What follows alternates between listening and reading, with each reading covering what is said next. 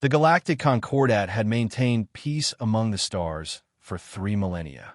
A complex web of treaties, trade agreements, and mutual defense pacts bound together hundreds of species across thousands of worlds.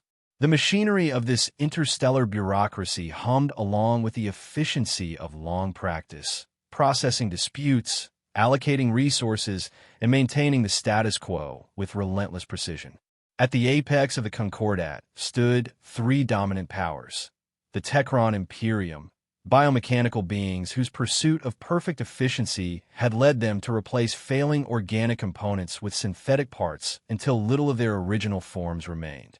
Their gleaming ships moved with mathematical precision through the void, and their decisions were made with the cold certainty of beings who had engineered emotion out of their existence. High Executor Forlag, more machine than organic now, led the Imperium with ruthless logic. The Sylvan Ascendancy came next, crystalline entities who communicated primarily through psychic links, viewing verbal communication as a primitive redundancy. They manipulated the emotional states of other beings with casual disregard, considering feelings to be simply another tool for maintaining order. Their translucent vessels resembled delicate sculptures, hiding devastating weapons within their beautiful formations. Completing the triumvirate was the Lumina Collective, beings of sentient energy who maintained the vast power grids that fueled Concordat civilization. They existed partially in higher dimensions, appearing to most species as luminous, shifting patterns. They remained detached from most conflicts, concerned primarily with the flow of cosmic energy and the balance of fundamental forces. Beneath these 3 powers existed hundreds of lesser races, each finding their place within the rigid hierarchy of the Concordat. Their representatives attended councils, voiced concerns, and ultimately acquiesced to the will of the powerful. Peace had become stagnation, innovation sacrificed on the altar of stability. And then there was Earth. In the official records of the Concordat, humanity warranted barely a footnote. Classified as Class 7 developing/emotionally volatile/non-integrated, the species was quarantined to its home system, Sol. The decision had been made centuries ago, after humanity's first tentative steps into interstellar space had been firmly rebuffed. Official records spoke of the species' chaotic nature, their unpredictable emotions, their tendency toward conflict.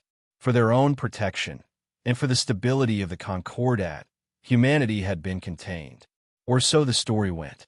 In the Grand Hall of the Techron Imperium's primary administrative hub, High Executor Forlag reviewed the latest resource projection matrices. His cybernetically enhanced mind processed the data streams instantly, identifying a disturbing pattern. Key materials required for continued expansion were becoming scarce. Alternative acquisition strategies would need to be implemented. Subcommander Alex. Forlag's voice emerged as a precise, modulated tone. Access historical data on the Sol system. The subordinate Techron's ocular implants flickered as information streamed directly into his consciousness. Sol system resources cataloged, High Executor. Preliminary scans indicate abundant mineral wealth on multiple planetary bodies, significant water reservoirs, and exploitable organic compounds. Primary obstacle: quarantine restrictions under Concordat Article 17. Probability of successful resource extraction if quarantine is lifted.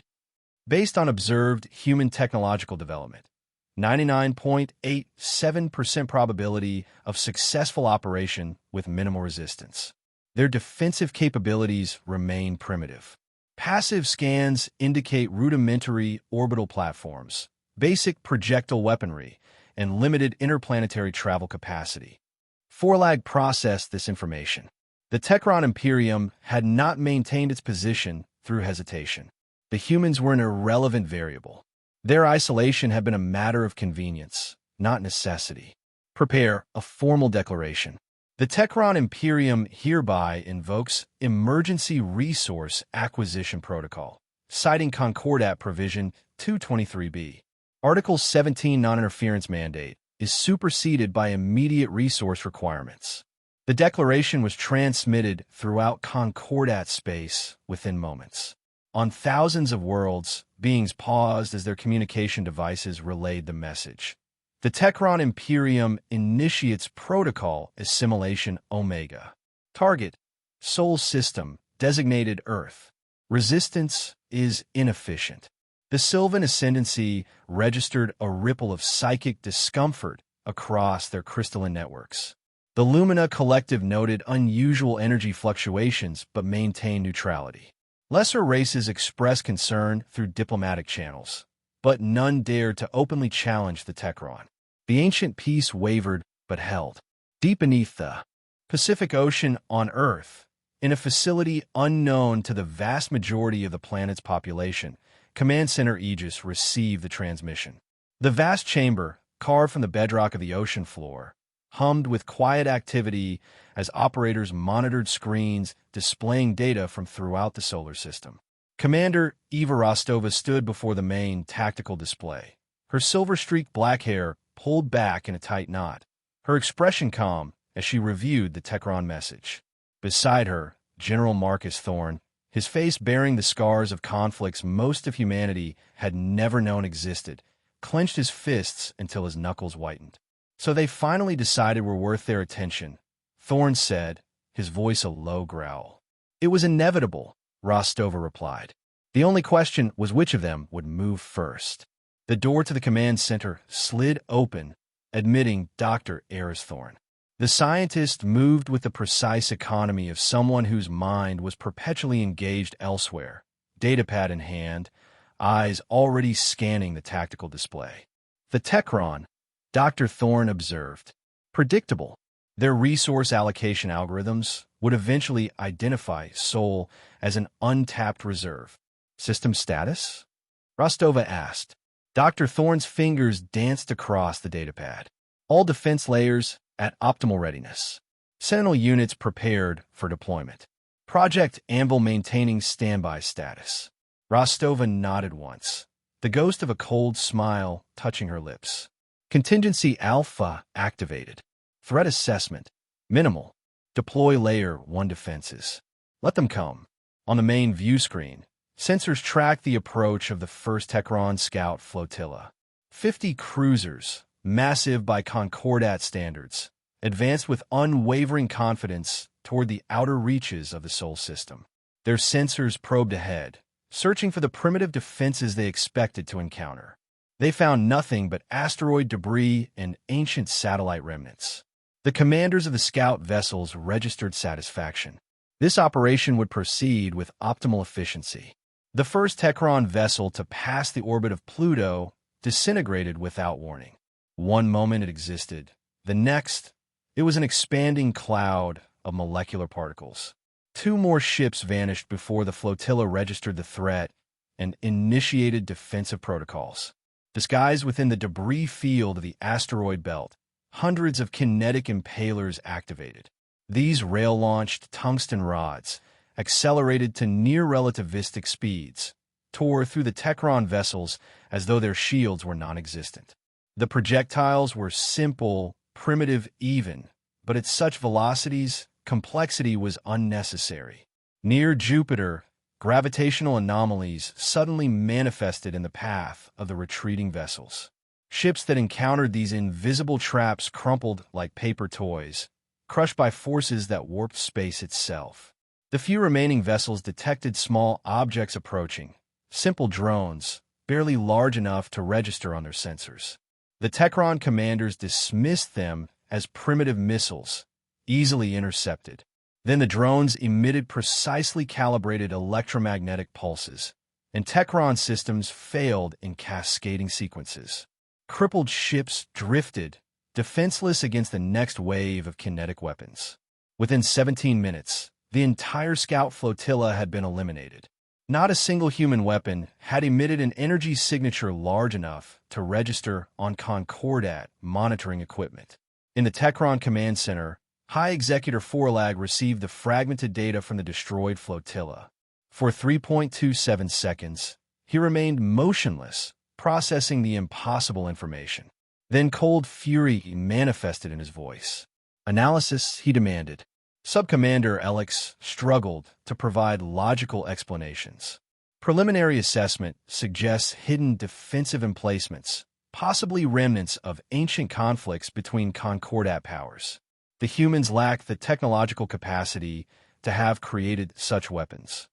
Across Concordat space, news networks replayed what little sensor data had been captured. Analysts proposed theories ranging from natural phenomena to hidden Sylvan psychic attacks.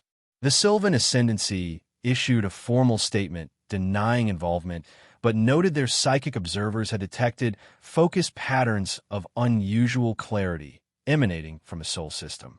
The Lumina Collective reported subspace disturbances inconsistent with known technologies. Fear began to ripple through the Concordat. The peace had held for so long that the concept of genuine warfare had become almost abstract. In Aegis Command, Rostova reviewed the engagement data with Thorn and Dr. Eris. Enemy tactics predictable. Layer 1 effective. Minimal resource expenditure, Rostova stated, her tone unchanged despite the complete victory. Dr. Eris Thorn studied the readiness reports on the datapad. Layer 2 systems are prepared for deployment. Adaptive camouflage fields. Calibrated. Resonant frequency dampeners charged. The scientist hesitated briefly. Live subjects would be useful for optimal calibration of targeted systems. Marcus Thorn frowned. We should maintain defensive posture. There's no need to escalate further if they withdraw. They declared war, Rostova replied flatly. We dictate the terms of engagement now. Activate Layer 2. High Executor Forlag refused to accept the destruction of the scout flotilla as anything but an anomaly. The humans were primitives, barely capable of interplanetary travel. Whatever had destroyed his ships, it could not have been human weaponry. Prepare the 17th Battle Group for immediate deployment, he ordered. 500 vessels, including heavy dreadnoughts and electronic warfare platforms. Target, Earth. Objective, planetary sterilization. Efficiency dictates removal of the anomaly. As the massive Techron armada assembled, a single, untraceable tight beam transmission departed the Sol system, bouncing through hidden relays across the galaxy. Phase 2 authorized. Acquisition protocols engaged. The Techron battle group entered the Sol system with caution born of experience. Wide-range sensor nets probed ahead, searching for the traps that had destroyed the scout flotilla. Specialized electronic countermeasure vessels maintained constant vigilance against detection. The fleet had requisitioned assistance from the Sylvan Ascendancy, whose psychic scouts probed the void ahead, searching for the emotional signatures of hidden crews or defensive installations.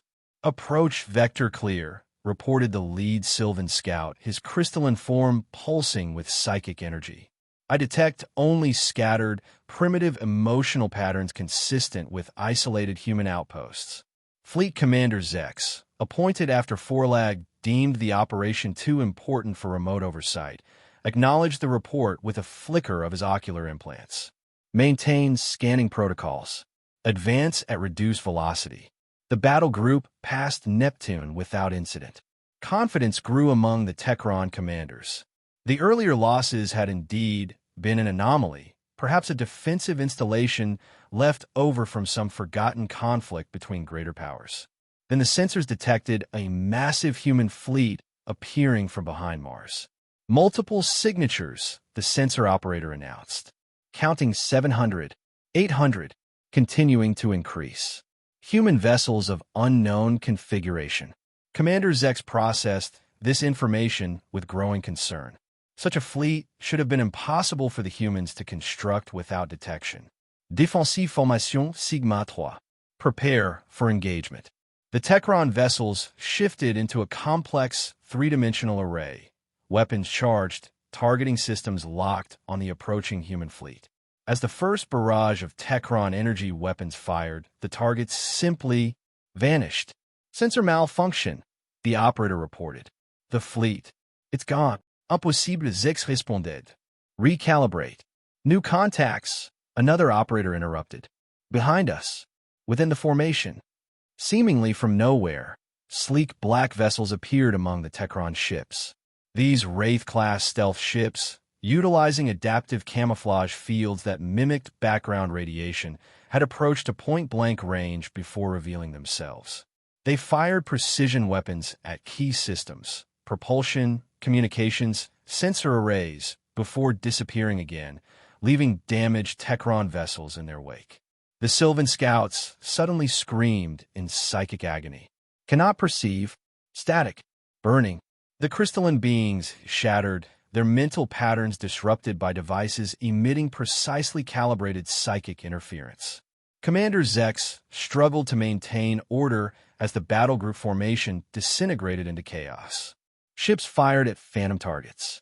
Communication channels filled with contradictory reports. And through it all, the Wraith ships continued their surgical strikes, appearing and vanishing like ghosts. Unnoticed amid the confusion, small drone craft attached themselves to the hulls of key Techron vessels. These infiltration units bypassed external defenses, connected directly to the ship's systems, and uploaded targeted code packets. Navigation displays showed threats where none existed. Communication systems delayed messages by crucial seconds. Targeting arrays developed inexplicable blind spots. As the battle group struggled to regroup, long-range sensors detected a new threat approaching from Mars. Commander Zex, believing he had identified the primary human defense installation, ordered the fleet to converge on the Martian orbit. "We have them now," he transmitted to High Executor Forlag. "Their main base is located on the fourth planet. We will eliminate it and proceed to Earth as planned." In Aegis Command, Rostova watched the tactical display with cold satisfaction. "The Techron are committing to the expected approach vector," she noted. "They've identified Mars as our primary base." "They're not entirely wrong," General Thorne replied. Dr. Ayres Thorne looked up from the monitoring station. "Sentinel pilots report ready status. Neural interfaces synchronized. AI support systems online." Rostova nodded once. "Awaken the Sentinels." From concealed hangar bays across the Martian surface, figures emerged. Not ships in any conventional sense, but humanoid forms proportioned like ancient statues of gods, 20 meters tall and gleaming with a metal that seemed to absorb light rather than reflect it. Inside each, a human pilot lay suspended in a fluid-filled chamber, neural links connecting their consciousness directly to the machine systems, forming a hybrid intelligence greater than either human or AI alone. The Aegis frames, Project Sentinel, moved with impossible grace, accelerating toward the Techron formation. They carried no visible weapons, no obvious propulsion systems. They simply moved, defying conventional physics, crossing vast distances with fluid ease. The first Techron vessel to encounter a Sentinel attempted to fire its main particle cannon. Before the weapon could discharge, the Sentinel was upon it, a hand the size of a small shuttle pressing against the ship's hull. Energy cascaded from the point of contact, not destroying the vessel, but simply shutting it down, leaving it dead in space. Throughout the battle group, similar scenes played out. The Sentinels moved faster than Techron targeting systems could track, their attacks precise and devastatingly effective. Some Techron ships managed to land direct hits with their weapons, only to watch in disbelief as the energy was absorbed without apparent effect. Across Concordat space, the few sensor feeds transmitting from the battle caused widespread panic. The Sylvan Ascendancy formally severed its military alliance with the Techron Imperium, citing unforeseen psychic amplification technology and reckless escalation. The Lumina Collective withdrew its energy tendrils from all contested regions, focusing on protecting its own installations. Lesser races began recalling their representatives from Techron space. Commander Zex, watching his battle group disintegrate around him, made a desperate decision. "Prepare the Gray Dissolution Torpedo," he ordered. "Target Mars." The weapon, designed to destabilize matter at the quantum level, capable of reducing small moons to their component atoms, was brought online. The remaining Techron vessels configured themselves to protect the launch platform as the torpedo was prepared. Launch, Zex commanded. The gray dissolution torpedo accelerated toward Mars, its passage marked by a visible distortion of space-time. In Techron command centers across the galaxy, strategic analysts calculated the complete destruction of the Red Planet and waited for confirmation. In Aegis Command, Dr. Eris Thorne watched the torpedo's approach on a specialized monitor, eyes gleaming with intense scientific interest. Subject interaction imminent. Recording. The gray dissolution torpedo struck Mars and vanished. For several seconds, nothing happened. Then the surface of Mars began to glow, not with the expected disintegration, but with controlled energy patterns spreading across the planet like luminous veins. The rust-red surface seemed to ripple, revealing glimpses of metallic structures beneath. Project Anvil responding as designed. Dr. Eris reported, satisfaction evident in their tone. Quantum destabilization energy captured. Conversion efficiency 97.3%. Power reserves at maximum capacity. On the tactical display, Mars pulsed with accumulated energy. The planet, hollowed out and reconstructed over centuries as humanity's ultimate defensive installation, housed a zero-point energy reactor of unprecedented scale. The Techron weapon's destructive potential had been absorbed, contained, and redirected into the planet's power grid. Countermeasure authorization? General Thorne asked, his voice tight. Rostova's expression remained unchanged. Full response authorized. Show them what they've awakened.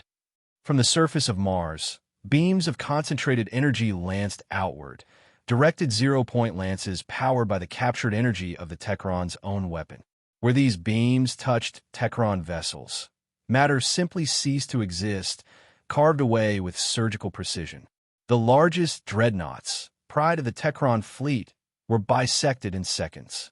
Simultaneously, launch bays opened across the Martian surface, disgorging millions of combat drones, each relatively simple, but controlled by a distributed AI network that coordinated their movements as a single organism. They swarmed the remaining Techron vessels, overwhelming defensive systems through sheer numbers and coordinated tactics. The Sentinels shifted to offensive operations, no longer merely disabling ships, but actively dismantling the Techron command structure. They identified the flagship, carrying Commander Zex, and converged upon it. The massive vessel's engines were methodically removed, weapons systems extracted with precision that would have been impossible for conventional forces. Within 45 minutes, the entirety of the Techron battle group had been neutralized. No escape vessels were permitted to flee. No distress calls reached beyond the Sol system. The battle ended not with heroic last stands or desperate sacrifices, but with the cold efficiency of a superior force completing a predetermined operation. Throughout Concordat space, the fragmentary images that had escaped from the battle zone spread panic.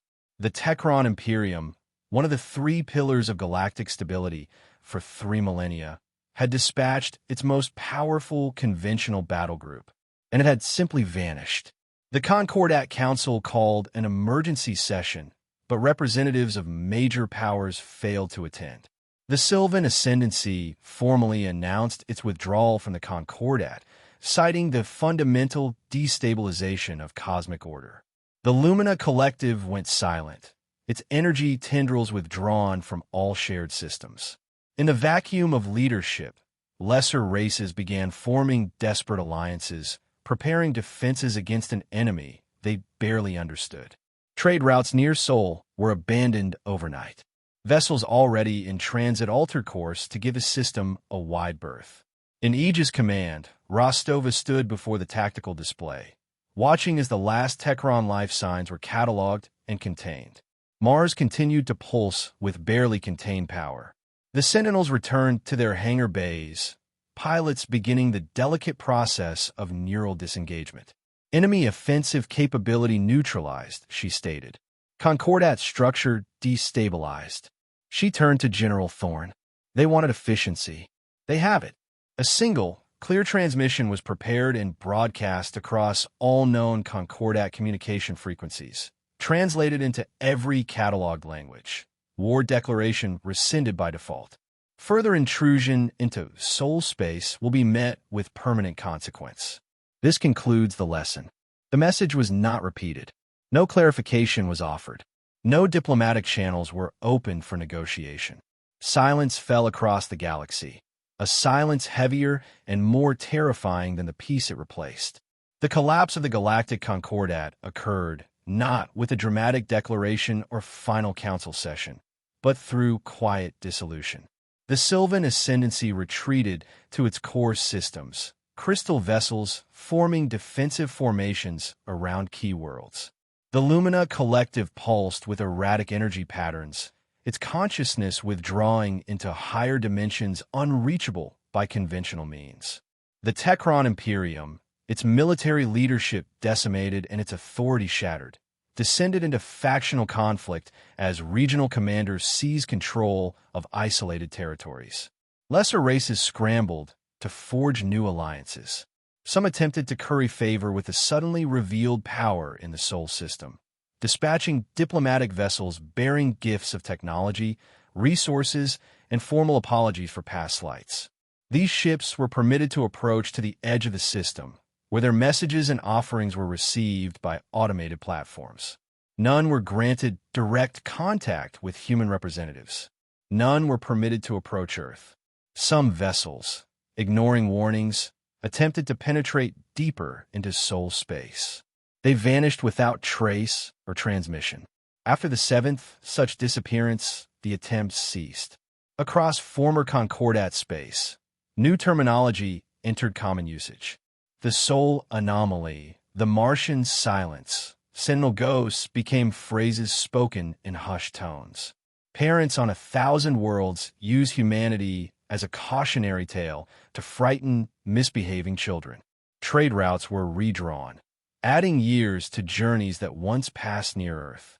Piracy, once common in the loosely patrolled regions near Sol, vanished entirely as even the most desperate raiders avoided the silent system.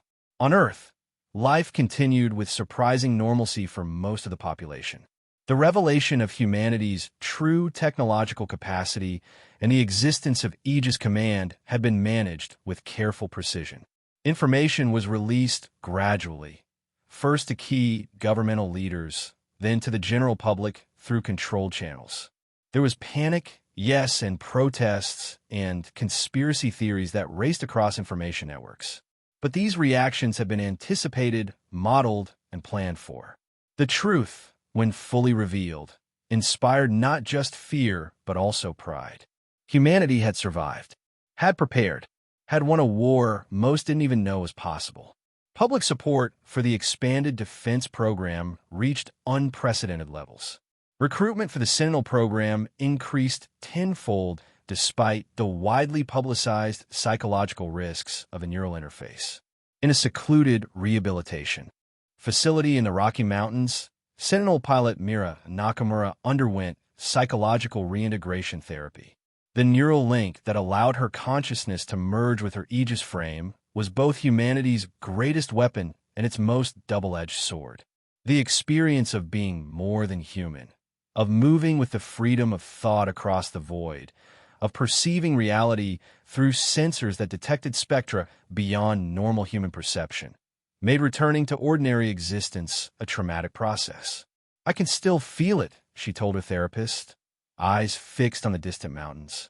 The frame, the connection, the power. Her hands trembled slightly. "Sometimes I wake up and try to access systems that aren't there anymore. I try to extend my awareness and hit the limits of my own skull. It's like being blind and deaf and paralyzed all at once." Similar scenes played out in rehabilitation centers around the world. The human cost of the victory was measured not in casualties. There had been remarkably few, but in the psychological burden carried by those who had directly interfaced with humanity's most advanced weapons. In Aegis Command, now relocated to a larger facility beneath the Arctic ice cap, the leadership debated humanity's next steps. The command chamber's circular table hosted representatives from every major Earth nation alongside the key architects of the defense program. "We should establish a perimeter," General Thorne argued, indicating star systems at the edges of what had once been Concordat space. A buffer zone, limited outposts with Sentinel support, controlled expansion to secure our position. Rostova shook her head. Unnecessary risk. Our position is secure precisely because we remain concentrated in Seoul. Spreading our forces creates vulnerability. The Concordat is shattered, countered Admiral Wei, representing the combined Earth fleet. This is an unprecedented opportunity to secure resources, establish colonies. The Concordat is weakened, not destroyed, Rostova interrupted. Individual powers remain. The Sylvan, the Lumina, they've withdrawn, not disappeared. And there are other threats beyond former Concordat space that we've only begun to catalog. What about limited demonstration actions? Suggested Secretary General Okafor. Calculated displays of power. A rogue asteroid neutralized near a former Concordat world. A pirate base eliminated. Reminders of our capability without direct engagement. Rostova considered this. Acceptable with strict parameters. No direct contact. No technology transfer. No permanent presence. Throughout the debate, Dr. Eris Thorne remained silent. Attention focused on a personal datapad. Only when directly addressed did the scientist look up. Progress report on contingency chimera, Dr. Thorne? Rostova asked. Proceeding as scheduled, Dr. Thorne replied. Phase 1 genetic modifications stable in test subjects. Neural enhancement protocols optimized. Artificial intelligence integration proceeding with 89% compatibility. Estimated time to operational readiness, 14 months. The table fell silent. Contingency chimera, the development of enhanced human operatives combined with next-generation AI, represented the logical progression of the Sentinel program. But it also raised profound questions about the direction of humanity's development. Is this necessary? General Thorne asked quietly. We've demonstrated our ability to defend ourselves. The Techron have been neutralized. The Concordat no longer threatens us. At what point do we become what they accused us of being? Dr. Eris Thorne looked at the general with cool assessment. The Techron were one threat among many. Our survival depends on continued advancement. Sentiment is an inefficient response to existential risk. We're not the Techron, Rostova stated firmly. We don't pursue efficiency for its own sake, but neither can we afford complacency. The peace that protected the Concordat for 3,000 years was built on stagnation. Our path must be different. The meeting concluded with a compromise. Defensive development would continue, including contingency chimera, but with enhanced ethical oversight and strict deployment limitations. Earth would maintain its isolation, with minimal, carefully controlled external interactions. Years passed. The galaxy adjusted to the new reality. The former Concordat fragmented into regional alliances, each carefully avoiding any action that might draw humanity's attention. Occasional demonstrations of Seoul's power. A colonization fleet diverted from its course toward a system too near Earth. A rogue asteroid neutralized before it could threaten a populated world. Reinforced the message without requiring direct confrontation. Within Seoul, humanity continued to develop. The trauma of the brief war faded from public consciousness, replaced by a quiet pride and the knowledge of security. Technological development accelerated, freed from the constraints of concealment. The first true human colonies were established throughout the system, from the clouds of Venus to the moons of the outer planets. Commander Rostova, now Admiral Rostova, stood in the observation dome atop the new Aegis Command Center on Phobos, Mars's innermost moon. Her hair had whitened completely, but her posture remained rigid, her gaze still sharp as she surveyed the red planet below. Mars pulsed occasionally with controlled energy discharges, its surface now dotted with research installations and military facilities. General Thorne joined her, moving more slowly than he once had. The scars on his face faded, but still visible. Sentinel Batch 17 completed neural integration today, he reported.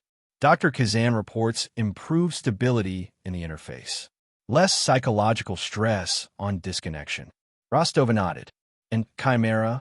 The first operatives completed their final training sequence yesterday. Full integration achieved with minimal complications. Dr. Eris is pleased with the results. Rostova allowed herself a small smile. Your sibling always did enjoy successful experiments. They stood in silence, watching the stars. The galaxy continued its eternal wheel, but now it turned in the shadow of Sol's revealed power. Not conquest, not dominion, but the certainty that any aggression would be met with overwhelming force. Deep beneath the surface of Mars, in chambers unknown even to most of Aegis Command, rows of dormant Aegis frames stood ready for deployment. Beside them, cryogenic pods housed the next generation of Sentinel pilots, their neural patterns already partially integrated with their waiting machines. Further still, in the most secure vault, the first Chimera operatives, human beings enhanced beyond conventional limits, paired with AI cores of unprecedented sophistication, prepared for missions that would take them beyond the boundaries of Sol. The galaxy might eventually forget the lesson it had learned. New powers might rise from the ashes of the Concordat.